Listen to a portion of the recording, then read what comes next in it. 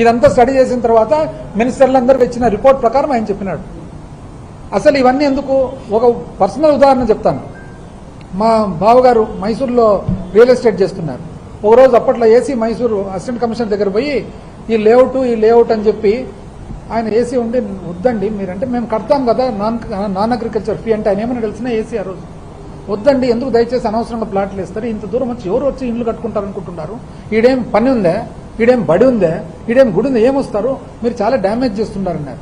ఏమంటే వీళ్ళు ఏమనుకున్నారు, ఎన్ఏ ఫీజు కడితే ప్రభుత్వానికి ఆదాయం వస్తుంది కదా అని చెప్పి వీళ్ళు పోతే ఆయన మందలిచ్చినాడు. ఎందుకు అంటే ఆయన ఏసీ ఏమన్నాడు తెలిసిన ఆ రోజు మైసూరులో ఏమన్నా అంటే మీరు మంచి వ్యవసాయానికి సంబంధించిన పొలాలన్నీ అనవసరంగా ప్లాట్లు వేస్తున్నారు, ఇప్పట్లో ఆ ప్లాట్లలో ఎవరు ఇండు కట్టే వాళ్ళు ఉన్నారు, కనీసం మీరు ఈ పని చేయకుంటే పశువులకు గడ్డన దొరుకుతుంది, మీరు గడ్డి కూడా లేకుండా చేస్తున్నారని అన్నాడు. చూడండి ఇంత ఆలోచనతో అన్నాడు ఆ రోజు చేసి. ఇంకొక నా సొంత అనుభవం చెప్తా. కియా ఫ్యాక్టరీ ఇనాగ్రేషన్కు జగన్మోహన్ రెడ్డి గారు బిజీగా ఉండి నన్ను బొమ్మంటే నేను పోయింటి ఫస్ట్ కార్ ఇనాగ్రేషన్. ఆ తర్వాత రాత్రి బెంగళూరు నుండి మరుసటి రోజు పొద్దున నేను విజయవాడకు వస్తున్నా ఫ్లైట్. ఫస్ట్ 2 సీట్లలో నేను మాతో పాటు సెక్రటరీ కూర్చుంటే మా పక్క సీట్లోనే కియా ఎండి కొరియా అంబాసిడర్ అంటే భారతదేశానికి కొరియా అంబాసిడర్ కూడా వచ్చినాడు ఇనాగ్రేషన్. ఆయన విజయవాడకు వస్తున్నాడు. పక్కనే చిన్న ప్లేన్ కదా ఏటీఆర్, పక్క సీట్లు కాబట్టి వాళ్ళు మాట్లాడేది మేము పైగా ముందు రోజంతా కలిసే ఉన్నాం కాబట్టి పరిచయం కాబట్టి మాట్లాడుతుంటే ఆయన ఏమని తెలిసిన అంబాసిడర్ ఎండీతో. సో ఎక్కడ ఈ రాజధాని అంటే ఆ ఎండీ చూపిస్తున్నాడు రాజధాని ఇక్కడ అంటే ఆయన ఉండి హోమ్ మై గాడ్ అని ఏమంటే ఈ పచ్చటి పొలాలు దీన్నే అంటే దీని బిల్డింగ్లు కడతారు ఇక్కడ అన్నాడు. ఇది సాక్షాత్తు నా చెవులతో నేను అంటే కొరియా నుంచి వచ్చిన ఆయనకు ఉన్న ఆలోచన అన్నా కనీసం మనకు అట్లా అన్నాడు. ఓ మై గాడ్ అని ఏమంటే ఈ పచ్చటి పొలాలు ఎందుకంటే ప్లేన్ ల్యాండ్ అయ్యేటప్పుడు పచ్చగా ఉంటుంది మొత్తం ఆ ప్రాంతంలో. ఈ పరిస్థితులు పెట్టుకొని ఏమనంటే దేవుళ్ళ రాజధాని మంచిదే, సంతోషం, మాకు కూడా భక్తి ఉంది అందరికీ, మేము కూడా పూజ చేసుకుంటాం, దేవుణ్ణి మనసులో పెట్టుకుంటాము, మానవ సేవ మాధవ సేవ అనేది మా ఇది కదా. మీకు దేవుళ్ళ రాజధాని అమరేశ్వరుడి గుడి ఇంతవరకు నాకు తెలియక అడుగుతా, అమరేశ్వరుని గుడి ఎక్కడుంది యాక్చువల్గా? మీరు పెట్టే రాజధాని నుంచి 40 కిలోమీటర్ల దూరంలో ఉంది. కనీసం డబుల్ రోడ్ అన్న ఇచ్చినారు ఇంతవరకు, ఇప్పటికి సింగిల్ రోడ్. ఆ గుడికి అమరేశ్వరుని గుడి పేరు అమరావతి పెట్టుకొని అమరావతి దేవుళ్ళ రాజధానిని మార్కెటింగ్ చేసుకుంటున్నారు కదా, ఆ గుడికి మీరు ఏమన్నా ఖర్చు పెట్టినారు ఇంతవరకు? గుడిలో ఏమన్నా మీరు 1 లక్ష రూపాయలు ఖర్చు పెట్టినారు మాకు తెలియదు. బుద్ధుణ్ణి చూపిస్తారు, బుద్ధుణ్ణి అమరావతి అంటేనే బుద్ధుడు తమాష తెలిసిన ఆంధ్ర రాష్ట్ర ప్రజలకు. ఆ బుద్ధుని విగ్రహం పెట్టినది ఎవరు తెలిసిన? రాజశేఖర రెడ్డి గారు. చూడెట్టుంది కాలచక్రం అని పెట్టి బౌద్ధిజంలో ఇన్ని సంవత్సరాల తర్వాత ఒక ఇది జరిగితే ఆ రోజు బుద్ధుని విగ్రహం మ్యూజియం రాజశేఖర రెడ్డి గారు కట్టించినారు, దాన్ని మీరు వాడుకుంటారు. అందుకని సోషల్ మీడియాలో ఈ ట్రోల్స్ చూడండి, కొంతమంది ఏం పెట్టాల్సిన అంతేముంది 3 నెలలు వెయిట్ చేయండి అని.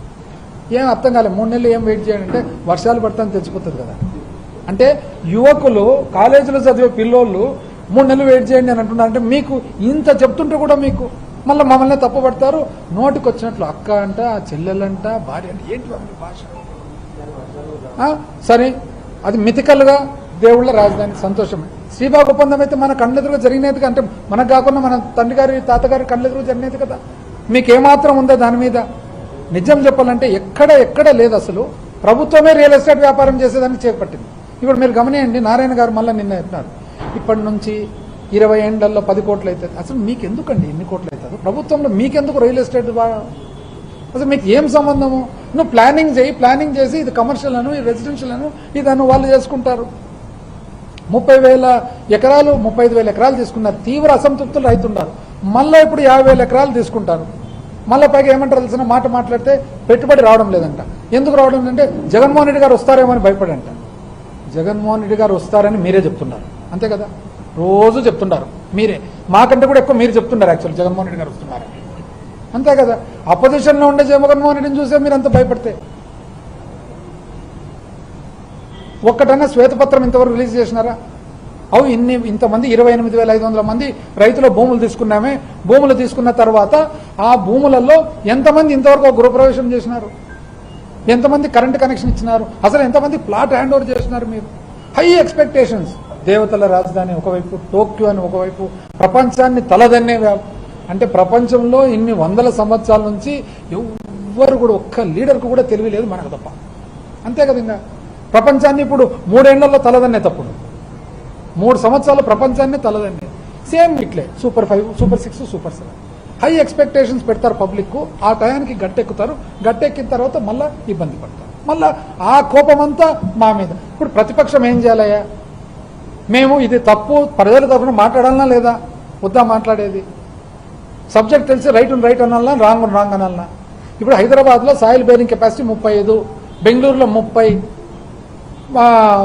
చెన్నైలో 15 అమరావతిలో 9 ఇది మాకు తెలుసు చెప్పాలన్నా వద్దా పబ్లిక్ మా బాధ్యత కదా ఏమనంటే పీపీపీ మాకు తెలిసి పీపీపీ కాదు పాడు కాదు ఎస్పీపీ సీక్రెట్ ప్రైవేట్ పార్ట్నర్షిప్ వీళ్ళు చేసేదాన్ని దాని తర్వాత ఇప్పుడు ఇంకోటి కొత్తది అంటే అమరావతి గురించి అమరావతి కోసం పోరాటం చేస్తారు కొంతమంది అమరావతి మాత్రమే ఉండాల చిరస్థాయిగా ఉండాలి మంచిదే సంతోషం మేము కాదు ఇప్పుడు అమరావతి జగన్మోహన్ రెడ్డి గారు అన్నారు కదా వీఆర్ నాట్ అగైన్స్ట్ అమరావతి ఒక ప్రాంత పరంగా మీ కాన్సెప్ట్ పరంగా క్లియర్ చెప్పినా కదా మేము ప్రాంతపరంగా ఎప్పుడు అగైన్స్ట్ కాదు మీ కాన్సెప్ట్ 1,00,000 ఎకరాలేంది 2 లక్షల కోట్లేంది ఏంది అసలు ప్రజలు మీకు ఫస్ట్ ఫండమెంటల్ క్వశ్చన్ ప్రజలు మీకు ఒక రాజధాని బిల్డింగ్లు కట్టమన్నారా ఒక నగరాన్ని కట్టమన్నారా నగరాన్ని కట్టమని ఎవరు చెప్పినారు మీ దగ్గర శక్తి ఉందా నగరం కట్టేదానికి దీన్ని సమర్థించేదానికి పెద్ద పెద్దోళ్ళు ఎవరు తెలిసినా చెప్తా అంత పెద్దోళ్ళే మళ్ళీ నాకు రెస్పెక్టబుల్ పీపుల్ అందరూ కూడా నేను వేరే విధంగా అనడంలే కానీ వెంకయ్య నాయుడు గారు ఉపరాష్ట్రపతి గారు ఆయన ఏమంటారు నేను రాజకీయాల్లో లేను కానీ అమరావతి రాజధానిగా ఉండాలి ఇది ఆకాంక్ష మంచి సంతోషం జయప్రకాష్ రాజధాని రాజ్యాంగం మార్చేది సరికాదు సంతోషం ఎన్వి రమణ సుప్రీంకోర్టు మాజీ ప్రధాన న్యాయమూర్తి అమరావతి నగరం రైతుల కష్టం త్యాగంలో నిర్మించారు రైతులకు మీరు ఏం న్యాయం చేసినారు రాఘవులు సిపిఎం 12 ఏళ్లైనా రాజధాని ఏర్పాటు చేసుకోలేదు నారాయణ సిపిఐ రేణుకా చౌదరి గారు అమరావతి ఫేమ్ దాని తర్వాత ఇంకొకరు భార్య చెల్లెలు సంబంధం ఇప్పుడు ఒకటి కామనాలిటీ ఒకటి ఉంది దీంట్లో ఒక కామన్ ఇష్యూ ఉంది ప్రజలందరూ కూడా గమనియాలి ఆంధ్ర రాష్ట్ర ప్రజలందరూ కూడా గమనియాలి ఇప్పుడు నేను చెప్పిన వాళ్ళందరికీ ఒక కామనాలిటీ ఉంది ఒక్కరన్నా వీళ్ళు ఆంధ్రప్రదేశ్లో నివసిస్తున్నారా అంటే అమరావతి కోసం పోరాటం హైదరాబాద్ నుంచి చేస్తారు వీళ్ళు ఒక్కరన్నా వీళ్ళ ప్రధాన రెసిడెన్స్ ఎక్కడుంది మాకు చెప్పొచ్చు ఇప్పుడు మా ప్రధాన రెసిడెన్స్ బేతంచెర్ల అన్న ప్రధాన రెసిడెన్స్ కర్నూలు ఆళ్లగడ్డ అట్లా ప్రధాన రెసిడెన్స్ మాకు ఇక్కడ ఉంటాయి ఒక guest house apartment hotel costly కాబట్టి హైదరాబాద్లోనో బెంగళూరులోనో చెన్నై పెట్టుకుంటాం కానీ మా ప్రధాన రెసిడెన్స్ అంతా ఎక్కడుంది